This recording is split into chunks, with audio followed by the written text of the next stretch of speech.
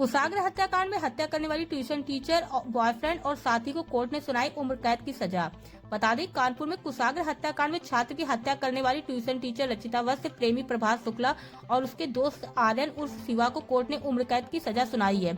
वहीं कुशाग्र के चाचा ने गुरुवार शाम 5 बजे कहा कि हम लोग आरोपियों की फांसी की मांग के लिए हाईकोर्ट जाएंगे। हत्यारों को फांसी की सजा होनी चाहिए, तभी मेरे बेटे की आत्मा को शांति मिलेगी।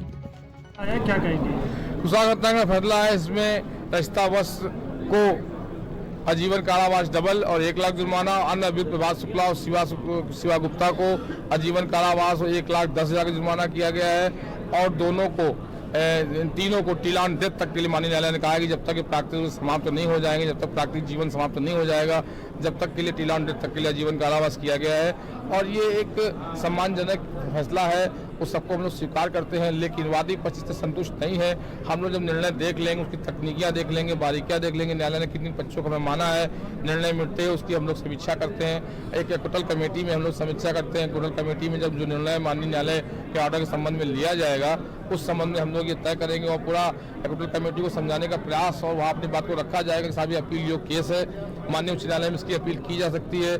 इसमें जो सेंटेंस हुआ है जीवन कारावास, इसको बढ़ाने का प्रयास हम लोग मृत्युदंड की जो मांग हम लोग की थी फांसी की, उस संबंध में अपील भी दाखिल कर सकते हैं। ट्रायल के दौरान क्या क्या चैलेंजेस आए आपको?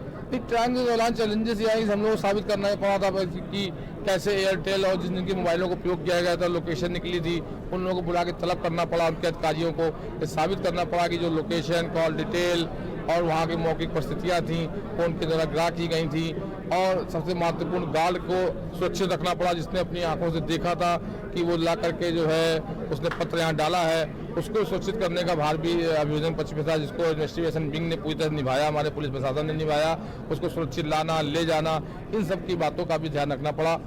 इसको अभियोजन और पुलिस की आप अच्छी जीत मानते हैं? बिल्कुल मानते हैं। इन्वेस्टिगेशन विंग ने बहुत अच्छा काम किया, जिस ढंग से इसको ले गए थे, उसका मर्डर कर दिया था। इतनी जल्दी 1 दिन के अंदर पूरे खोल लेना, बरामद कर लेना, डेड बॉडी बरामद करना, आला कत्ल बरामद करना और पूरा सीसीटीवी फुटेज कब्जे भी लेना, वरना साक्ष्य नष्ट हो जाते सीसीटीवी फुटेज वगैरह। और तो ये बहुत इन्वेस्टिगेशन विंग ने अच्छा काम किया, हमारी प्राजिक्यूशन विंग ने भी अच्छा काम किया है। सब लोगों ने मिलकर एक टीम के रूप में काम किया, जिससे परिणाम आज कुशाग्र हत्याकांड में जीवन कारावास के रूप में डबल जीवन कारावास के रूप में आया है। और संभवतः हम लोग इसको अपील करके माननीय उच्च न्यायालय से फांसी की सजा में तब्दील कराने का पूरा प्रयास करेंगे। आज कुशाग्र के हत्यारों को जो न्याय मिला है, जो आप लोगों को परिवार को न्याय मिला है, क्या कहेंगे आप? अधूरा न्याय। क्या मांग है आपकी? फांसी। ये आपकी एक बड़ी लंबी यात्रा रही है, 2 साल में बहुत आपको दिक्कत आई होगी।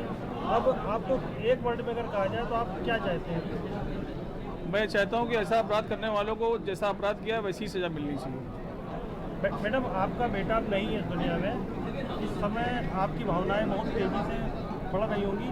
अब क्या कहना चाहती हैं? इन तीनों को फांसी होनी चाहिए, जैसे इन्होंने मेरे बच्चे को मारा, इन लोग को फांसी होनी चाहिए। इन लोगों ने आपके विश्वास का गला घोटा है, तो अब आप क्या अगर कहना चाहें तो क्या कहेंगे? मैं बस हाथ जोड़ के विनती करूंगी कि इन तीनों को फांसी की सजा मिले, जल्द से जल्द। आपके हिसाब से न्याय भी अधूरा है? अधूरा है। आगे आप क्या कदम उठाएंगे इसके आगे? जो कानूनी प्रोसीजर होगा हम अपने एडवोकेट समझ के आगे देखेंगे। ठीक।